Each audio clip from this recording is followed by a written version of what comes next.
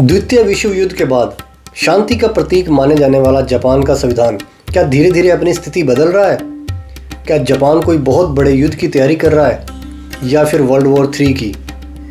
इन सबको समझने के लिए सबसे पहले हमें समझना होगा जापान का आर्टिकल 9। और आर्टिकल 9 को समझने के लिए हमें चलना होगा बैक सन 1945 में, जहां से इस आर्टिकल का जन्म हुआ था। तो आइए चलते हैं और समझते हैं क्या है आर्टिकल 9 और क्या है आज जापान की स्थिति। अगस्त 1945 में जापान की हालत बहुत ख़राब थी। शहरों में खाने की कमी थी, पेट्रोल की भी कमी थी। कोई भी पर्सनल व्हीकल रोड पर नहीं दिखाई दे रहा था। लोग सिर्फ पैदल ही दिखाई दे रहे थे या फिर आर्मी के व्हीकल दिखाई दे रहे थे। 6 अगस्त का दिन सुबह 8 साढ़े 8 के बीच में अमेरिका का एक प्लेन हिरोशिमा शहर के ऊपर दिखाई दिया, जिसने लगभग 8:30 बजे लिटिल बॉय नाम के एक बम को हिरोशिमा के बीचों बीच गिरा दिया। जहां पर यह बम गिरा उस जगह का टेम्परेचर लगभग 4000 सेंटीग्रेड हो गया। वहां पर एक मशरूम के आकार का बहुत बड़ा गोला बन गया, जिसने आसपास की हर चीज़ को भाप और कार्बन में बदल दिया। कंक्रीट की दीवारों के अलावा और कुछ भी नहीं छूटा। लगभग 15 किलोमीटर तक लोगों के घरों के शीशे टूट गए। पूरे शहर की लगभग 30% बिल्डिंगें कोलैप्स हो गई। बम गिरने के कुछ ही मिनट बाद लगभग 80,000 लोगों की जान चली गई और इतने ही लोग घायल हो गए। लोकल रिपोर्ट के हिसाब से इस गोले की ऊंचाई लगभग 3000 फीट तक थी। ऐसा बड़ा अटैक आज तक ना पहले किसी ने देखा था और ना ही इसके बारे में कभी सुना था। इवन अमेरिका भी इसके बारे में नहीं जानता था कि इसका कितना बड़ा प्रभाव होगा। आज तक के बने किसी भी बॉम्ब से इसकी शक्ति लगभग 2000 गुना थी। जो लोग शहर में बच गए थे उन्हें भी किसी न किसी तरह की बीमारी से जूझना पड़ रहा था। अमेरिका जापान को सरेंडर कराना चाहता था, इसलिए उसने 3 दिन के बाद मतलब 9 अगस्त की सुबह 11 बजे एक दूसरा निशाना चुना। वो शहर था नागासाकी। अमेरिका ने सेम तरह से सुबह 11 बजे फैट बॉय को नागासाकी शहर के ऊपर गिरा दिया। इस दिन नागासाकी में लगभग 74,000 लोग मरे और लगभग 6 दिन के बाद जापान ने अमेरिका के सामने सरेंडर कर दिया। कुछ ही हफ्तों की छोटी सी अवधि में जनरल डगलस मकराटा नेतृत्व में अमेरिका ने जापान की सरकार के साथ एक नया संविधान तैयार किया, जिसके तहत जापान युद्ध छेड़ने के अधिकार को त्याग देगा और किसी भी विवाद को निपटने के लिए युद्ध का उपयोग नहीं करेगा। इवन जापान आत्मरक्षा के लिए भी युद्ध का उपयोग नहीं कर सकता था। यह अपनी कोई भी आर्मी, नेवी या एयरफोर्स भी नहीं बना सकता था। इतने बड़े न्यूक्लियर अटैक के बाद जापान के लोगों ने भी इसका समर्थन किया और बिना किसी आपत्ति के आर्टिकल 9 लागू हो गया। लेकिन कुछ ही साल के बाद जापान ने अपना ग्राउंड सेल्फ डिफेंस फोर्स बनाया। हालांकि इनके पास कोई बड़े हथियार या मिसाइल्स या न्यूक्लियर पावर नहीं थे। यह बहुत एक छोटी टुकड़ी थी। ताइवान के पास एक आइलैंड है जिसका नाम है शिकांकू, जिस पर आजकल जापान का कब्जा है। हालांकि जापान और चीन दोनों ही इस आइलैंड को लेके अपना अपना दावा बताते हैं। पिछले कुछ दशकों में चीन के बहुत सारे शिप इस विवादित आइलैंड के आसपास देखे गए, जो जापान के लिए एक सोचने का विषय था।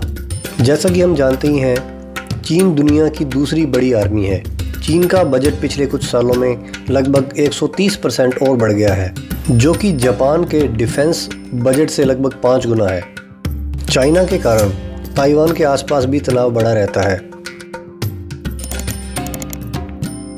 एक बार जापानी प्रधानमंत्री शिंजो आबे ने कहा था कि यदि चीन ने ताइवान पर हमला किया तो इससे जापान की सुरक्षा को भी सीधा सीधा खतरा हो सकता है।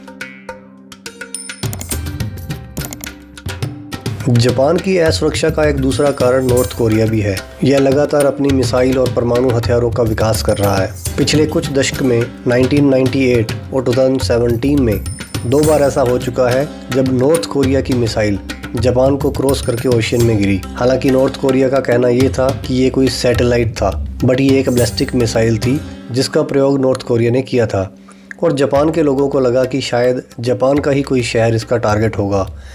इसको देखते हुए जापान अपने संविधान में चेंज करना चाहता था, लेकिन इसमें सबसे बड़ी प्रॉब्लम देश के अंदर से ही थी। अधिकांश जापान के लोग संविधान को चेंज करने का कड़ा विरोध कर रहे थे, जिसके कारण बड़े पैमाने पर विरोध प्रदर्शन भी हो रहे थे। उनका ये संविधान शांति का प्रतीक और राष्ट्र का गौरव भी है। बहुत सारे स्टूडेंट और बड़े संगठन इस बात का विरोध कर रहे थे कि अगर सैन्य शक्ति को बढ़ाया जाएगा तो उसके बजट का एक बड़ा हिस्सा लोगों के इनकम टैक्स से जाएगा, या फिर जापान जो इस वक्त टेक्नोलॉजी में बहुत आगे है उनमें कुछ बदलाव किया जाएगा, या फिर टेक्नोलॉजी के इन प्रोग्राम से इन्वेस्टमेंट को कम किया जाएगा। यह भी एक बड़ा कारण है कि जापान की कोई भी सरकार सेना पर इतना पैसा खर्च नहीं कर पाई। सन 2012 में जापान ने अपने डिफेंस के बजट को कुछ और इंक्रीज़ किया, लेकिन सन 2018 में जापान ने ग्राउंड सेल्फ डिफेंस फोर्स का उद्घाटन किया, जिसका मेन मकसद देश के डिफेंस को बढ़ाना था, उसे अच्छे तरीके से चलाने और उसकी कैपेसिटी को थोड़ा और बढ़ाना था।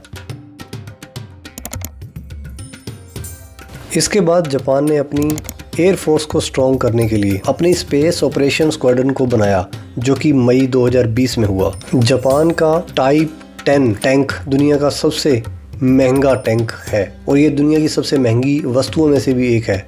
लेकिन जापान यही नहीं रुका, उसके बाद जापान ने अपना पहला कैरियर प्लेन भी बनाया, जो धीरे धीरे हेलीकॉप्टर को मारने की क्षमता और बाद में लगभग 35 फाइटर जेट्स की पार्किंग बनाने में सफल रहा। जापान ने अपनी 2 पनडुब्बियां भी बनाई, जो लगभग 35 किलोमीटर पर आवर की स्पीड से चल सकती थी, और यह लगभग एक बार में 11,000 किलोमीटर तक की यात्रा कर सकती थी। बहुत कम आवाज़ के साथ पानी के नीचे यह बहुत समय तक रह भी सकती थी। 2020 से पहले जापान अमेरिका के दिए हुए प्लेन्स यूज़ करता था। आजकल जापान 5th जनरेशन प्लेन पे काम कर रहा है, जिसको वो 2027 तक अपनी सेना में शामिल कर लेगा। मैं आपको बता दूं कि इंडिया भी 5th जनरेशन प्लेन्स पे काम कर रहा है और ये लगभग 2027 में इसका प्रोटोटाइप इंडिया बना लेगा। वहीं जापान 2027 तक इसको अपनी सेना में शामिल करने वाला है। जापान 2027 तक अपना डिफेंस बजट जीडीपी के 1% से बढ़ाकर जीडीपी के 2% तक करने की सोच रहा है, और अगर ऐसा होता है तो यह दुनिया का सबसे बड़ा तीसरा देश बन जाएगा जो डिफेंस पे इतना पैसा लगा रहा है, और यह इंडिया के डिफेंस बजट से भी आगे चला जाएगा। इनफैक्ट 2024 में तो जापान ने अपने कैबिनेट में हथियारों को एक्सपोर्ट करने पर भी प्रतिबंध हटा दिया है। मतलब अब वो खुद हथियार बनाएगा ही नहीं बल्कि एक्सपोर्ट भी करेगा। जापान की कैबिनेट के हिसाब से ये सारे कदम कानून के अधिकार में है और ये सेल्फ डिफेंस प्रोग्राम के अंतर्गत है। दुनिया की सबसे लंबी रेंज की जो मिसाइल है वो रशिया के पास है, जो कि लगभग 15 से 16,000 किलोमीटर तक की रेंज की है, और इंडिया की सबसे लंबी रेंज की जो मिसाइल है उसकी रेंज लगभग 7,000 किलोमीटर है, वो है अग्नि 5। जापान के पास जितनी भी मिसाइल हैं वो सारी लगभग 2,000 किलोमीटर से लेके 3,000 किलोमीटर तक की रेंज की हैं। ये सब देखते हुए दोस्तों आपको एक बात तो समझ में आई गई होगी कि जापान जिस तरह से 3,000 किलोमीटर तक की मिसाइलें खरीद रहा है और ऐसी चीज़ें खरीद रहा है जो कि उनकी खुद की सेल्फ डिफेंस कर सके। मुझे जहाँ तक लगता है जापान किसी पे कोई अटैक नहीं करना चाहता, कोई बड़ा वॉर नहीं चाहता, लेकिन चाइना और नॉर्थ कोरिया की तरफ से चलने वाली मिसाइलों के लिए वो अपना सिर्फ बचाव करना चाहता है और अपना एक सेल्फ डिफेंस खड़ा करना चाहता है। नहीं तो जैसे वो टैंक बना रहा था, दुनिया के सबसे महंगे टैंक, क्या वो सबसे बड़ी दूरी की मिसाइलें नहीं खरीद सकता? उसको क्या ज़रूरत है 2,000 से 3,000 किलोमीटर वाली मिसाइलें खरीदने का? मतलब साफ है कि वो सिर्फ अपना सेल्फ डिफेंस करना चाहता है। दोस्तों अगर आपको ये वीडियो पसंद आया हो तो प्लीज़ लाइक करें, अपने दोस्तों के साथ शेयर करें, चैनल को सब्सक्राइब करें और बेल आइकन ज़रूर दबाएं।